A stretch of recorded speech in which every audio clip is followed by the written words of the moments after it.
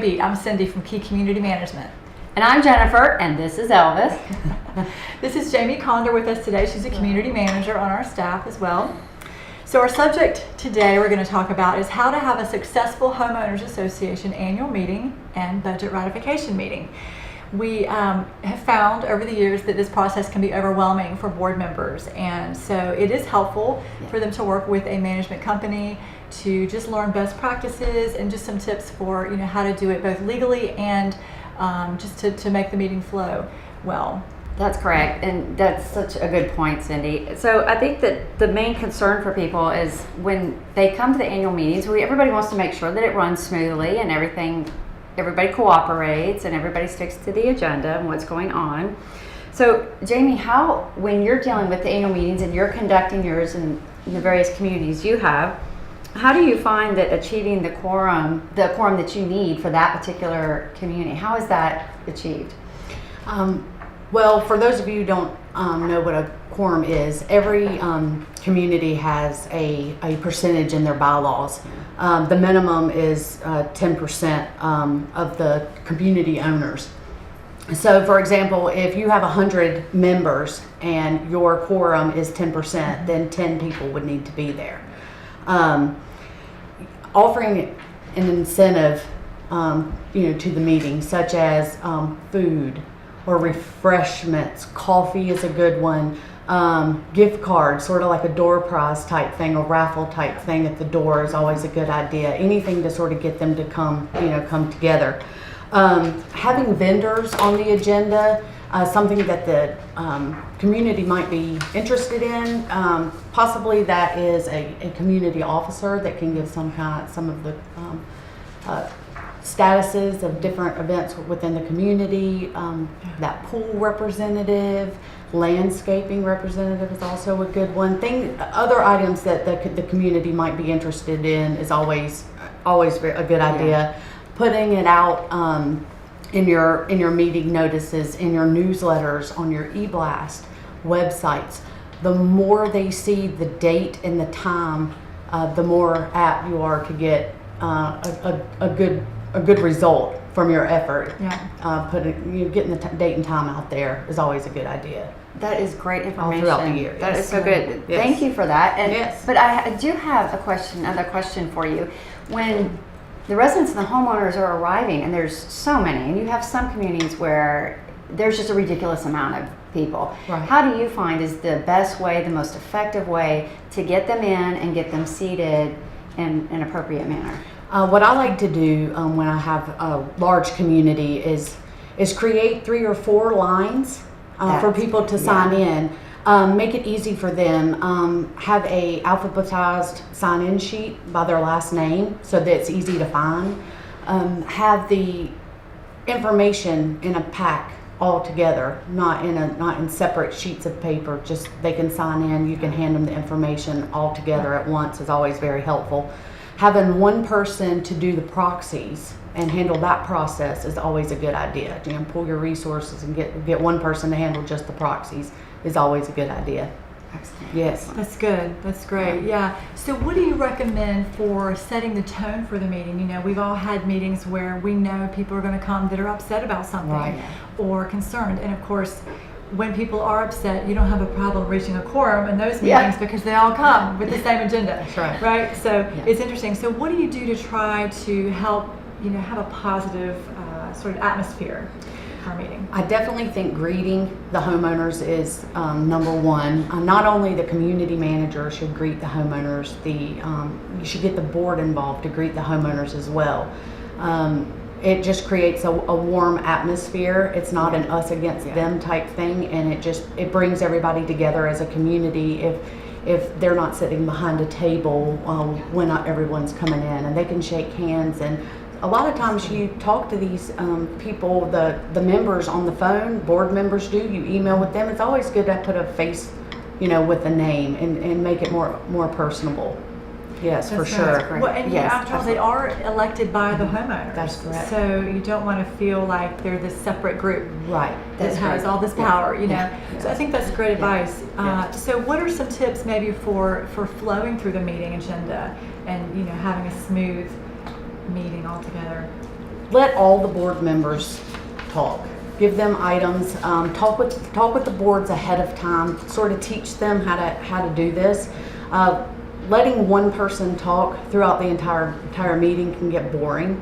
So I feel like if you can get all the board members involved, let each person say, have a topic or speak, it livens things up a bit.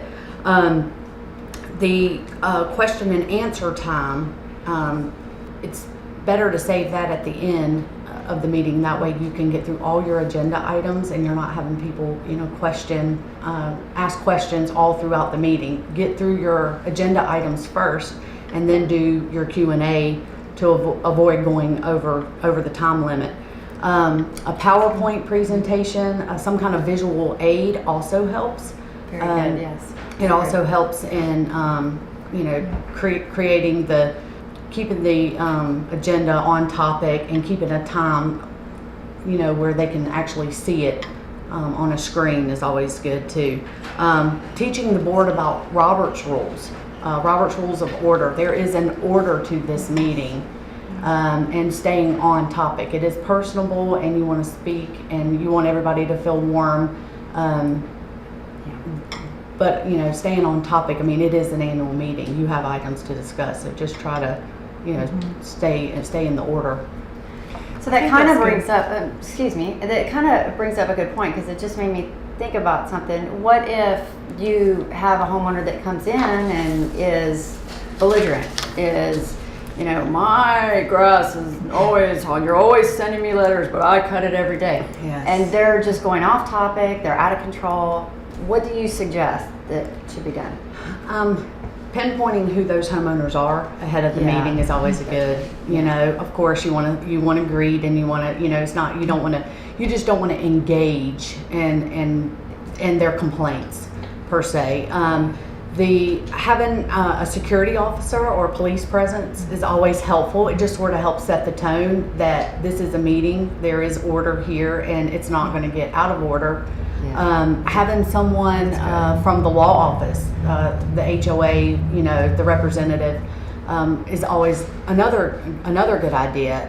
They sort of, it's just the presence being known that we're all in this together, and this is a meeting, and it's not. That's right. Start talking, exactly. Right. Yeah. Exactly. Yeah, that's very good. That's very good points, and I know that a lot of our viewers would be very interested in that, because I'm sure it happens. I'm sure it happens quite often, more than it should, obviously, because some of these communities are very, very large.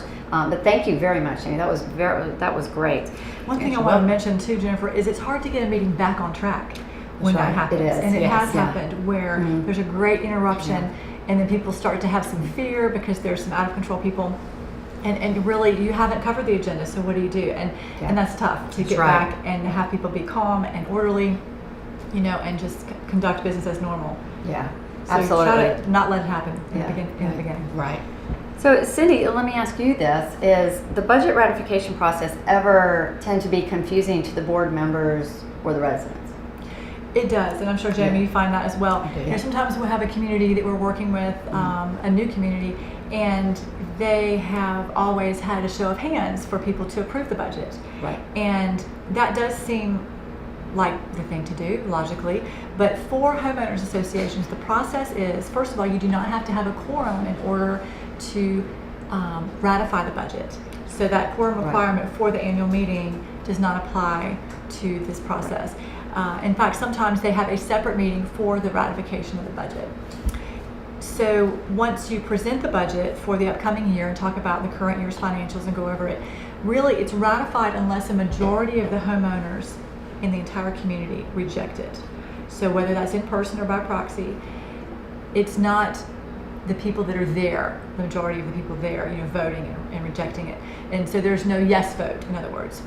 So it would just be really discussing it, having questions, and then it's ratified, unless that disapproval occurs with the majority of the homeowners. That is great. That is great. It's very good points. Thank you very much, Jamie. I still have another question for you. Okay. How do you go about making sure that the annual meetings end on time and that they don't go on and on and on. Location, location, location. Excellent. Yes. Love it. I love it. Yeah. There are several places that you can have an annual meeting. Yeah. A library, YMCA, they close. They close at like 8 o'clock, 7:30 in most cases. Some hospitals do as well, and you have no other choice but to end the meeting and everybody goes home. Shortening the question and answer period if needed, that is always a good thing. You can let them know in advance that this is not a place to air their personal grievances. Some people come to the annual meeting just because they know they have everyone's ear and they just want to air all their grievances that they have. The annual meeting's not a place for that. They can email the community manager at a later date. They can call, and we'll be more than happy to answer all those questions at that time. You can also suggest to the president to sort of facilitate the meeting so that it does stay on agenda and it ends when it's supposed to end. Sometimes the board president can help just set that precedent. We're about to wrap this meeting up, and we have enough time to answer a few questions and answers and just take it from there. Have the president wrap things up. That's good. Towards the end of the meeting time. That is great. Yes, absolutely correct. Thank you so much. We are now coming to the end of our podcast, and we have what we call the question of the day. And here's our drum roll. And our question of the day today is, what if you don't have a quorum? Then what do you do? Yeah, that's bad. That's bad. Okay. It happens though, right? And so you're standing in a meeting with a bunch of people and you say, gosh, I wish I could conduct business. What do I do now? So what you can do, the first thing you can do is you can adjourn the meeting and have an unofficial meeting where you discuss things but not vote on any matters. And then you would basically reschedule a meeting at a later date. You can still use any proxies that you have for the first meeting. And the law allows you to reduce that quorum requirement by half. So whatever your bylaws specify, it will be reduced by half for that next meeting. And if you have to have a third or fourth meeting, it continues to reduce by half. And really the goal is just to be able to hold a meeting, conduct business. So the law allows for that, which is, it does cost money to do extra mailings, but it can be accomplished as you continue on. So it does happen. That is great. Thank you so much for that. And to wrap up our show, we always ask, can you believe that? Do we have a situation where it's gotten out of control, anything out of the ordinary, annual meetings? We don't have any of those stories, do we? No. I didn't think so. But let me think. You never know. Yeah, so, I have one. I was thinking, this happened in the recent past where there was an annual meeting and some folks were really upset about something and they began to be very heated as they addressed the board. They were really yelling, and I'm on the side, watching this happen. And of course, that could happen at any time. We just don't know what people are going to ask during that open question period. But what happened was the board member yelled back at them. He got very angry and he took it personally. Not good. And it just went downhill from there. The other board members were shocked. I mean, how do you prepare for that? Yeah. So they were like, oh, and I think they were either frozen or maybe tried to help the situation and it didn't help. Yeah. So then I stepped in somehow to help the meeting conclude some way. But it was unexpected. So you really want to train your board members. You know what? Don't ever take anything personally. That's right. Yeah. You're serving the community. It's not about you. You don't make a decision as one, right? You make it as a group. And typically it's according to law, unless it was an opinion you all agreed on. Yeah.